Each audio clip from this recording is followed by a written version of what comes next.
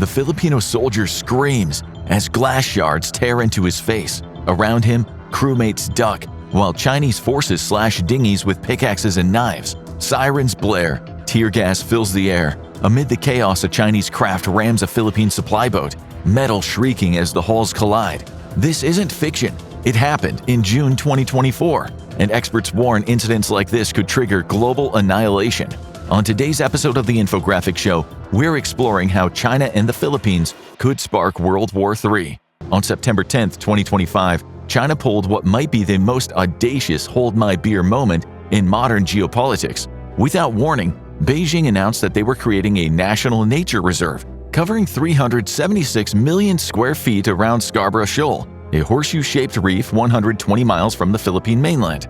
China has spent the last decade systematically destroying over 4,600 acres of coral reef in these waters, and now they're playing environmental protectors. Nobody is buying China's thinly veiled grab for a bigger piece of the Indo-Pacific, especially since intelligence reports show heavily armed Chinese patrol boats have been building up around Scarborough for weeks.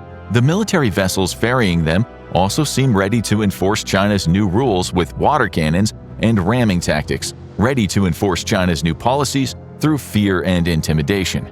The timing is no accident either. This announcement came right after the most violent year on record between Chinese and Philippine forces. And violent is not a word you want associated with disputes between any nation in China's orbit. According to Philippine Navy Rear Admiral Roy Vincent Trinidad, the June 2024 incident was the most aggressive action ever conducted by agents of aggression of the Chinese Communist Party in the South China Sea. Strong words from a man trained in understatement and diplomacy.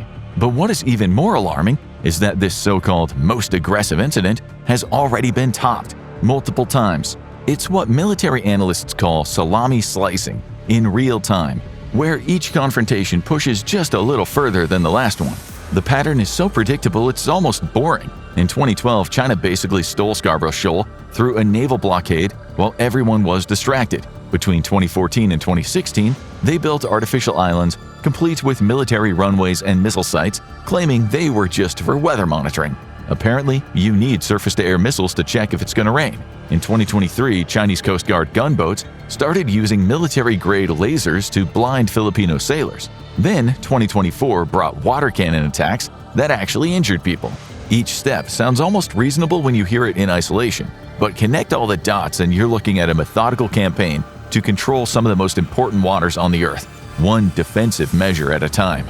Let's talk weapons for a second, the ones used in contemporary gray zone naval combat. Forget torpedoes and dramatic explosions. The most dangerous weapons in the South China Sea right now are designed to hurt people without technically starting a war. It's violence with plausible deniability, which is somehow more terrifying than honest outright aggression. Chinese water cannons aren't like the super soakers that you used each summer as a kid. These are industrial-strength water blasters that can shatter reinforced ship windows and knock grown men overboard. In March 2024, one of these hit a Philippine supply boat and sent 4 Filipino sailors to the hospital with glass fragments in their faces.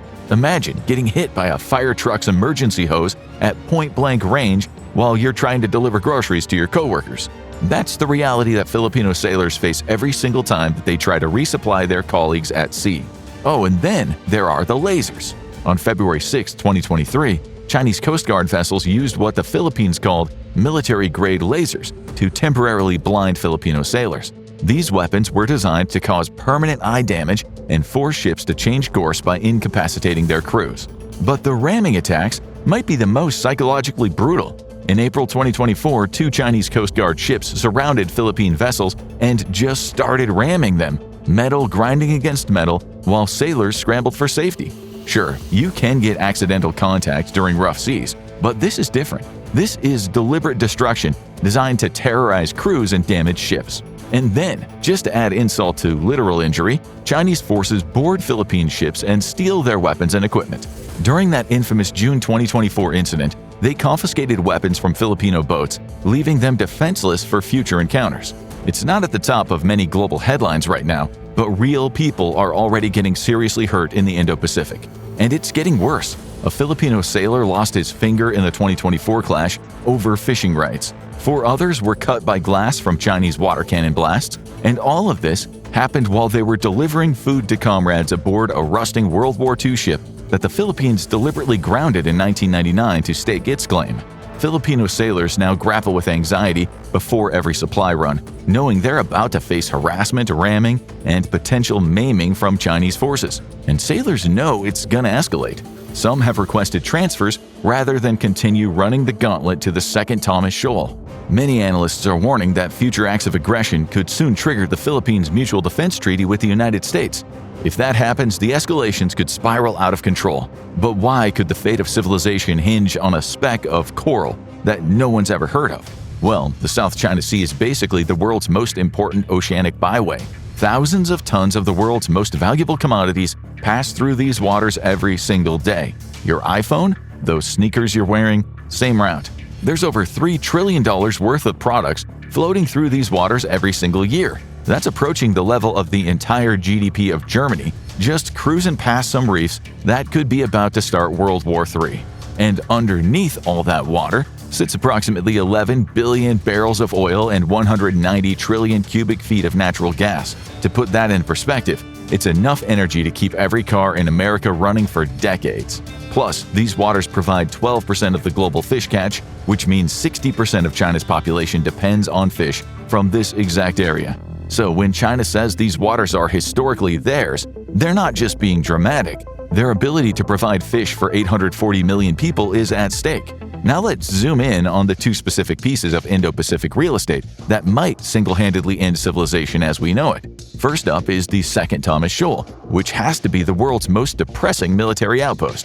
In 1999, the Philippines took an old World War II ship, the BRP Sierra Madre, and deliberately ran it aground on the reef. It was a strategically brilliant move.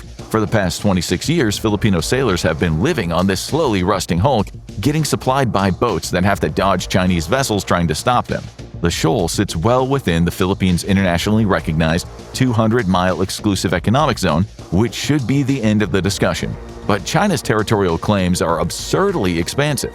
Then there's the Scarborough Shoal, the crown jewel of this looming apocalypse. Just a short cruise from the Philippine mainland, it's where China declared the so-called nature reserve. This is where the hypocrisy reaches new levels. They're claiming to protect an ecosystem they have spent years systematically destroying. Since 2014, China has been constructing artificial islands across the South China Sea, fortresses with bomber-length runways, missile systems targeting neighbors, radars monitoring every ship, and naval bases armed to overwhelm entire nations. These forward operating platforms are expressly designed to project Chinese power across the entire region. Every commercial ship, every military vessel, every fishing boat that wants to pass through now does so under the watchful eye of the Chinese surveillance systems. These waters are the choke point for half of the world's maritime trade. If China controls the South China Sea, they control the economic lifeline of Japan, South Korea, Taiwan, and pretty much every other country in East Asia. They can decide which ships pass through, what cargo gets inspected, and who pays what fees. It is the ultimate economic weapon, and it's pointed at America's closest allies. When all is said and done, military analysts may ultimately judge China's incremental seizure of influence in the Indo-Pacific as one of the most brilliant and terrifying military strategies ever conceived. Current experts call it Cabbage tactics, which sounds adorable until you realize it's basically how to conquer the world without anyone noticing until it's too late. China's first layer is the appearance of innocent fishing boats over the horizon. Only these aren't your typical weekend anglers. China's maritime militia consists of thousands of fishing vessels that are actually operated by military personnel equipped with advanced communication systems and coordinated by the Chinese Navy. They swarm disputed areas, creating a civilian presence that's really a military occupation with better PR. When other countries complain about military vessels in their waters, China claims it's just fishermen trying to make a living. It's diplomatic gaslighting on the highest level. The second layer is China's Coast Guard, which sounds much more reasonable than Navy, but it's actually equipped with substantial firepower. These are the ones doing the water cannon blasts, the ramming, the pickaxe-wielding boarding parties, yet by calling them law enforcement, China sidesteps accountability and escalates without technically firing a shot. The third layer lurks just over the horizon, actual Chinese Navy ships monitoring everything and ready to act if anyone tries to push back too hard against the civilian fishing fleet or the law enforcement Coast Guard. These are the ships that recently circumnavigated Australia and conducted live-fire exercises near New Zealand. The last layer is those artificial islands that we mentioned, bristling with missiles, radar, and fighters. These floating fortresses can launch attacks anywhere in the South China Sea. They are technically immune from retaliation because attacking them would mean striking Chinese territory. It's a terrific quandary for their neighbors. Each layer provides plausible deniability for all of the others. The Philippines have taken a radical transparency approach to their maritime confrontations with China. Every confrontation gets live-streamed, every ramming incident gets uploaded to social media, and every injured sailor becomes international news. They can't outfight China, but they can definitely outshame them on the global stage. Meanwhile, on the other side of the South China Sea, Vietnam has tried the exact opposite approach. Since 2020, Hanoi has adopted what one experts called the opacity initiative, basically agreeing to handle all disputes with China behind closed doors to avoid public escalation. You won't see any viral videos between Chinese or Vietnamese military forces, nor will it ever be covered by the international media or protested at home.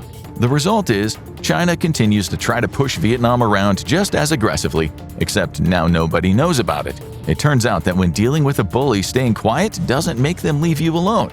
It just makes them bolder because they know that you won't embarrass them in front of everyone else. Vietnam is realizing this and is now jumping into the artificial islands building train. The transparency strategy has worked amazingly well at convincing neighbors like Australia and Japan to get more involved. It's hard to ignore video evidence of Chinese forces using pickaxes to slash boats while blaring sirens, and yet at the same time it's been completely ineffective in actually changing Chinese behavior.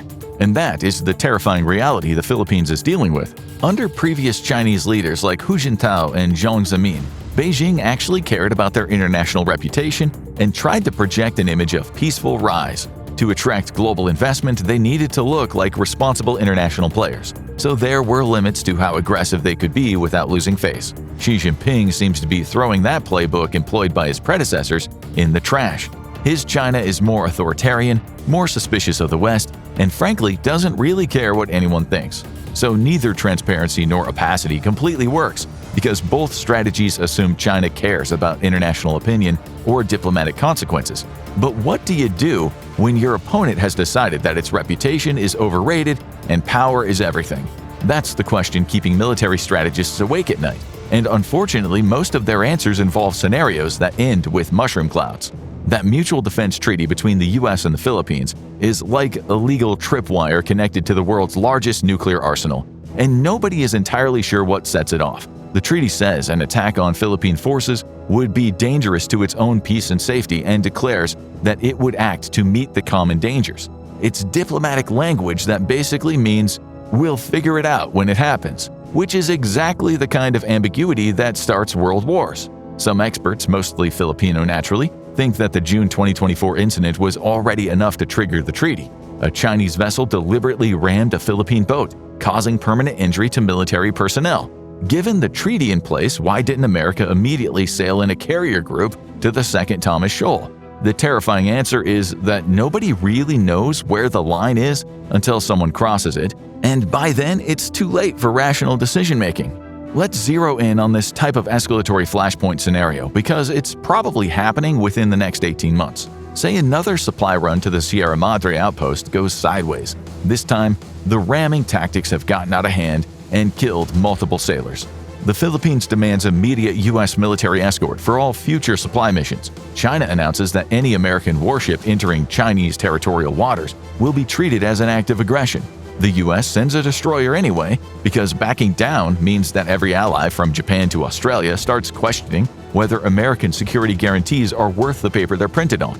And then, some Chinese submarine commander operating under the rules of engagement written by party members, safely ensconced into the Beijing bubble, decides that the American destroyer is getting too close. He locks torpedo targeting systems onto the U.S. ship, which is technically an act of war, but he is thinking it's just a warning. The American destroyer's automated defense systems detect the targeting lock and immediately transmit threat warnings back to Pacific Fleet headquarters. Within 6 minutes, both governments are screaming at each other through emergency hotlines, while their respective militaries prepare for the possibility that this is it. This is how it starts. Even worse, Japan would be able to see Chinese missiles on those artificial islands from their own territory. If shooting starts between US and Chinese forces, Japan has around 20 minutes to decide whether to open their airspace to American reinforcements or risk Chinese preemptive strikes on US bases in Japan. Australia faces the same choice: help their ally and become a target, or stay neutral and watch the alliance system that's protected them for 70 years collapse in real time. Meanwhile, every shipping company in the world would simultaneously cancel insurance for any vessel entering the South China Sea. Global trade would stop dead in its tracks. Oil prices would explode to $200 a barrel overnight as energy markets realized that 40% of global shipping just became a war zone. Gas stations would be out of fuel within a week because supply chains assumed the South China Sea would always be open for business. Retirement accounts would evaporate as stock markets around the world lose 50% of their value in the first 72 hours. And it can always get far worse. Modern military technology is at the place where escalation happens faster than human decision-making. China hypersonic missiles travel at 5 times the speed of sound, which gives targeted ships about 90 seconds from launch to impact. Automated defense systems have to make life-or-death decisions in microseconds because humans literally can't process information fast enough.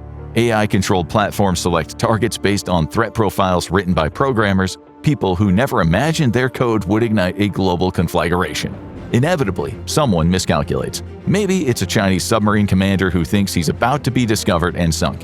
Maybe it's an American pilot who mistakes a rescue helicopter for an attack aircraft. Maybe it's just equipment failure that gets interpreted as enemy action. That's how World War III starts, with a chain reaction of reasonable people making seemingly rational decisions that add up to the end of everything. A clash between China and the Philippines could trigger the next global conflict. But Beijing's strategy goes far beyond that. Watch China's World War III plan to see how they're preparing for the fight ahead, or click on this video instead.